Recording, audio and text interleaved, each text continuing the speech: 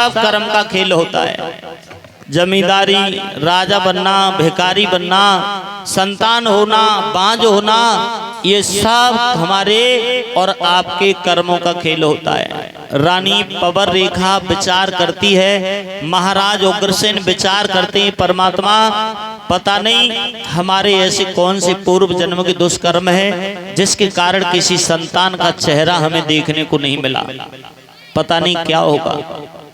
अब रास्ता थोड़ी थोड़ी छोड़ दो, जो और आ रहे हैं उन्हें निकल आन दो। माता बहनों बताओ कहाँ जाएं, आज जालंग आ जाओ निकल के वहां से, गेट पे से थोड़ी रास्ता बना के रखो, आए भी जाए भाई लोगों को दिक्कत ना हो।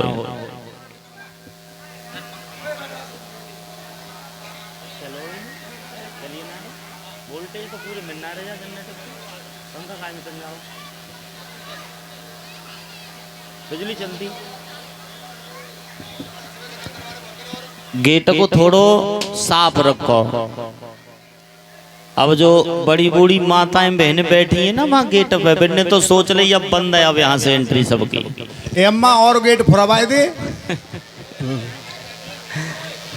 अम्मा हाँ ऐसे हाथ मन चलावे ते आजा, जहाँ आजा जाला, जहाँ जाओ गेला अम्मा, अगेला आजा, जहाँ बहुत ही जगह पड़ी है। बोलो भक्तवत्सल भगवान की।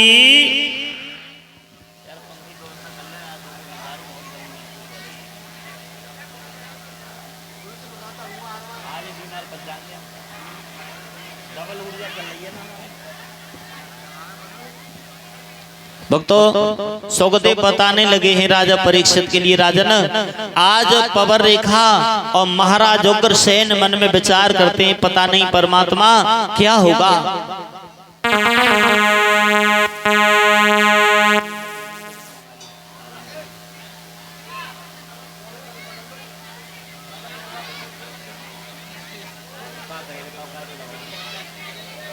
लगी ना रे यार, लगा वो वोल्टेज ज्यादा तो पूरे आना रे, मने कर देंगे वहां वोल्टेज ही ना आने वाली 150 पे चल रहा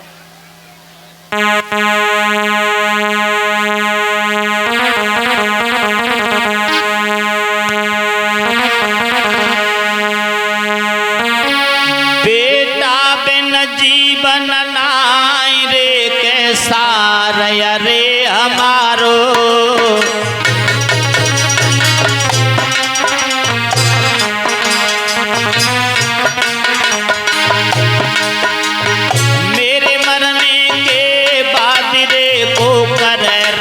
सुख सारो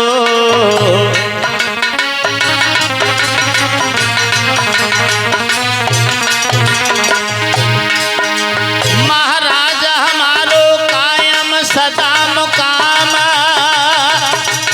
और बाद मेरे मरने के प्यारी मिटे जगत से नाम। भैया करके कर्म की याद भूप महलन में रोई रहे हैं, अब तो कर कर्म की याद राजा महलन में रोई रहे हैं।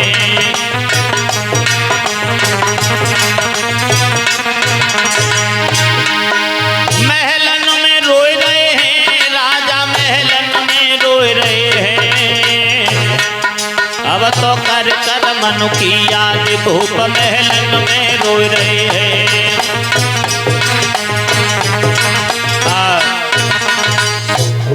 महाराज विचार करते हैं, मन में सोचते हैं, परमात्मा पता नहीं क्या होगा। राय सिंह, ओ राय सिंह इधर आओ, अगर पंखा हो तो मंगवा ले, ना हो तो हमें हाथवारो ही दे दो लायके को पंखा। हाँ गर्मी लग रही है हमें, तुम्हें ना लग रही हो हमें लग रही है। हाथवाई ना हो तो फट्टा ले आओ, तो उनकी मात्रा करेंगे। हाँ चूंकि हम बोल रहे हैं ना और पूरी ताकत में बोल रहे हैं, तुम तो आराम से बैठे हो ताश है, और तुम घूमी हुआ तो जालंग वाला।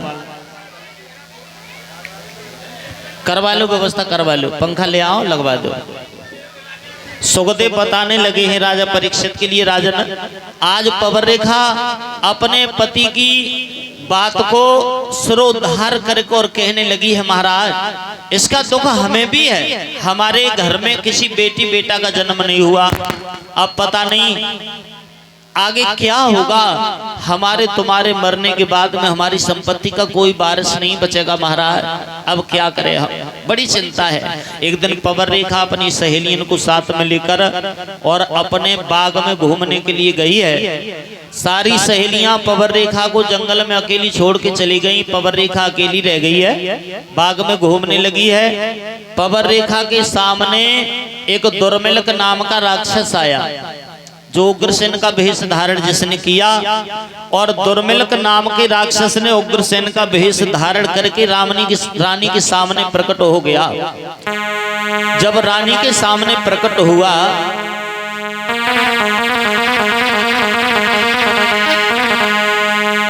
अरे उग्रसेन को भेषो धरिया रे मेरे भैया, कोई दुर्मिलक नामी नीच जी। अरे उग्रसेन को भेषो धरिया रे मेरे भैया, कोई दुर्मिलक नामी नीच जी। अरे रानी के गए पास में, अरे मेरे भैया जय हो, कोई काम बाग को सींच जी।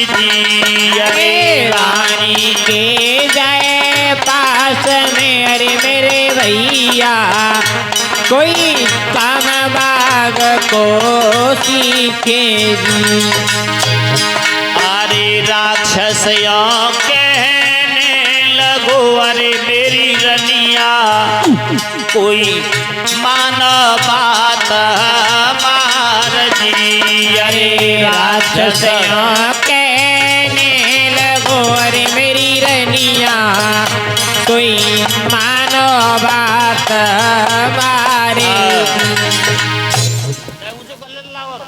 ऊंचो कर ले थोड़ा और। वोल्टेज कितने आ रहे हैं आज, कितने आ रहे हैं वोल्टेज हैं? तो फिर दब कैसे रहुआ? तो यार जनरेटर तो कम से कम 7 किलो वाट को है, तो वोल्टेज जाने चाहिए उसमें ज्यादा। 14 पेटी लगाती है पांडाल में, 7 किलो 7 तो 14 पेटी 20 हॉर्न 12 भाई 12 हैं? अरे यार 25 साल है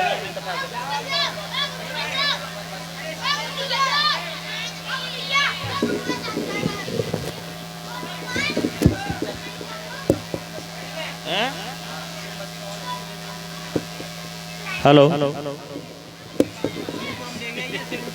देखिए ये जाके 15 तारीख को कथा शुरू हुई, 15 तारीख से शुरू हुई हम देखिए, और 12 जून तो हुई शुरू बांध दिखवा दो मैंने कैसी पेट ले। हेलो भक्तों, दुर्मिलक कहने लगा, रानी आप हमारी इंद्रियों की तृप्ति करो। पवर रेखा कहने लगी, महाराज आप कैसी भोगियों जैसी बात कर रहे हो। भोली पवर रेखा पहचान नहीं पाई है और धोखा दे करके उस राक्षस ने रानी के साथ में छल किया, असली रूप में आ गया। जब असली रूप में आया तो पवर रेखा एकदम दोनों हाथ कान पर रखे चीख पड़ी, और कमीना तूने मेरे साफ स्वच्छ कपड़े पर धब्बा लगा दिया, तूने मेरे पति व्रत धर्म को नष्ट कर दिया, तू पापी है, कमीन है, मक्कार है, हैवान है, शैतान है। मेरे अंदर वो सामर्थ्य थी क्या मैं तुझे श्राप दे के भस्म कर देती, लेकिन तूने मेरी सारी शक्ति को छीड़ कर दिया। भक्तों, जब इतने शब्द राक्षस ने सुने तो राक्षस कहने लगा, रानी चिल्लाने चीखने से तो कुछ नहीं होगा, जो होना था वो तो हो चुका। पर सुन, हमारे अंश से तुम्हारे उधर से जो संतान पैदा होगी ना, वो कैसी पैदा होगी, बड़ी बलवान तेरी जैसी राक्षस होगी ना। हाँ राक्षस जरूर होगी, परंतु ऐसी वैसी राक्षस नहीं होगी।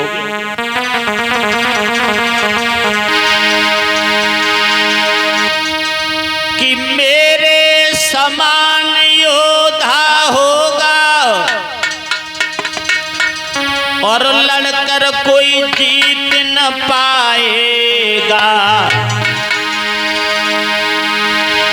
राजा नर की तो बात है क्या, उसे इंद्रहार कर जाएगा।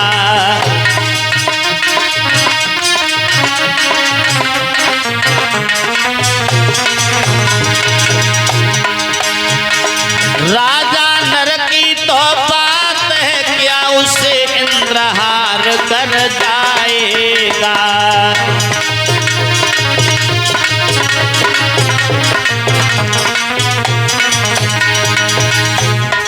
मेरे समान बलवान पैदा होगा।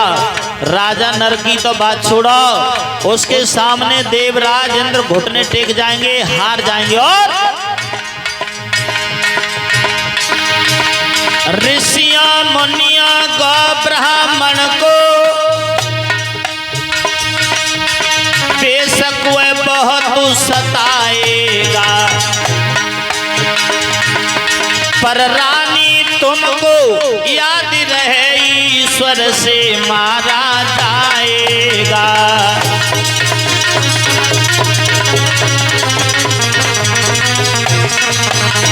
पर रानी तुमको याद रहे ईश्वर से मारा जाएगा।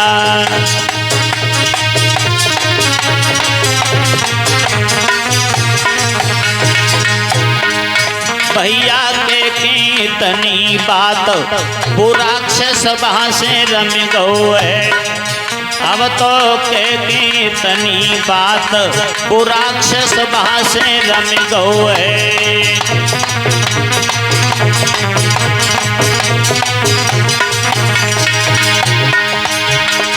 वहां से रम गो है वो राक्षस, वहां से रम गो है। भैया कहे तनी बात वो राक्षस वहां से रमे गो है।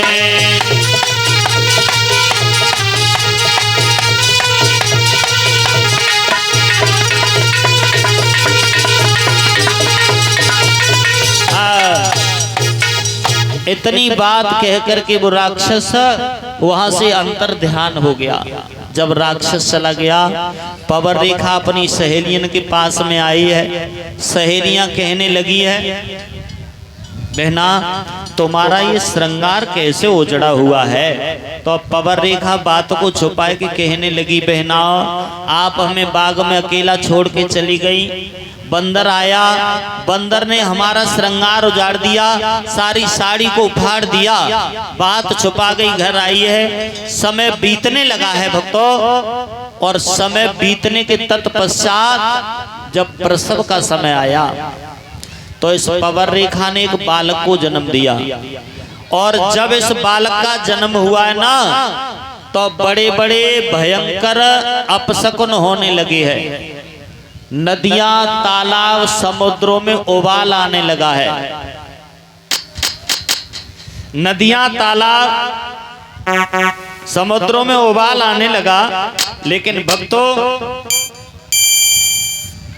महाराज उग्रसेन ने जब ये देखा, कोयल की बोली बंद हो गई है, सियार ऊपर को मुंह करके रोने लगे हैं, और गाय खड़े होके रमाने लगी है।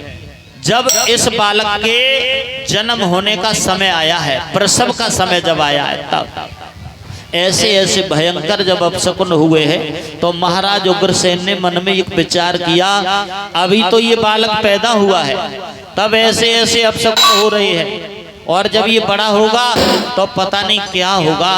परमात्मा, पता नहीं क्या होगा। और ऐसा ही नहीं,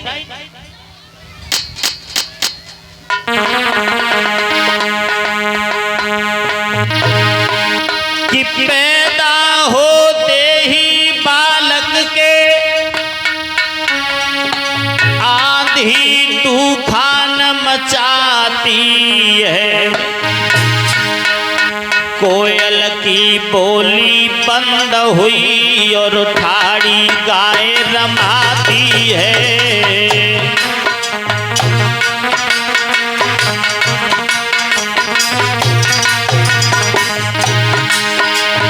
पैदा होते ही बालक के आंधी तूफान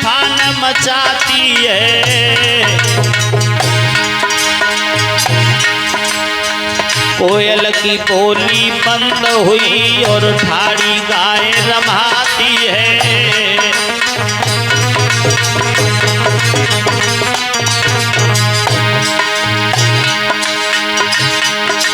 अरे दिग्गज हिल गए भूमंडल के और नीचे से सरे गए दहलाए।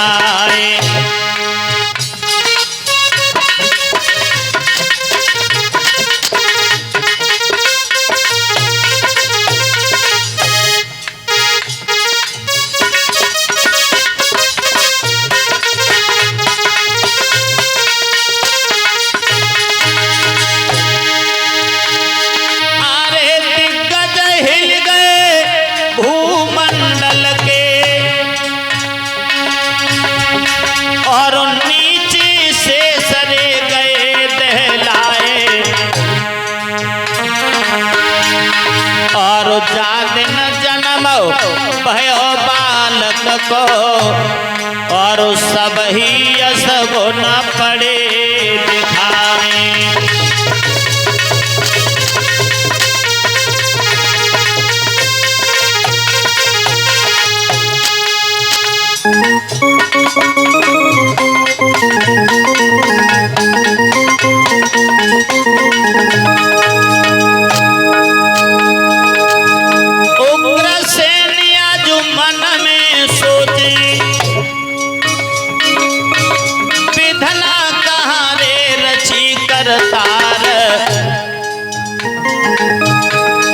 और नामकरण जब पाको होए रो और कंसा नाम रे पड़ो हरसाए।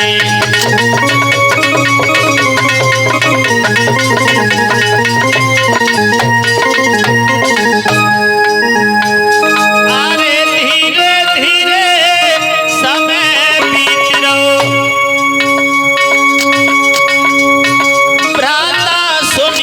ध्यान रे लगाए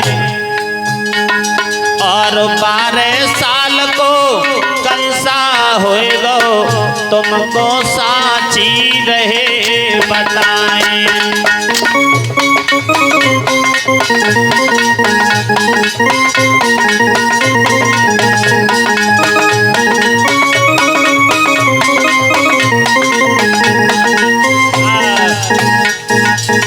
नामकरण संस्कार जब कराया है तो नाम उसका कंस पड़ा। इस तरह से कंस का जन्म हुआ। पिता बड़े धर्मात्मा है, संतान राक्षस पैदा हो गई है। संस्कारों से संतान बदल जाती है। धीरे धीरे जब समय बीता 12-14 साल का जब ये हुआ है तो भक्तों बड़े बड़े अत्याचार करने लगा। यथा नाम तथो गुण, जैसा उसका नाम और वैसा ही उसका बन गया काम। यथा नाम तथो गुण, नाम के साथ गुण भी उसके अंदर आए। छोटे छोटे बच्चों को ले जाता है और कुआं के पास जाके कहता है इसमें आवाज मारना। तो कुआं में अगर आवाज मारोगे पानी में तो लौट के वापस आवाज आती है, लगता है इसमें कोई है। देखो बच्चे झांकते हैं, धक्का मार देता है। अत्याचार करने लगा। महाराज उग्रसेन के पास में शिकायतें जाने लगी हैं तो महाराज उग्रसेन समझाने लगे बेटा आप ऐसा क्यों कर रही हो। तो राक्षस कहने लगा पिताजी हम जो कर रहे हैं वो सही कर रहे हैं, आप चुपचाप रहो।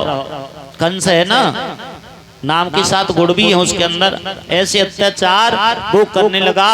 अब तो एक दिन की बात है जब कुछ बड़ा और हुआ, इसने अपने साथियों की एक बड़ी सेना बनाई है, सेना तैयार की है।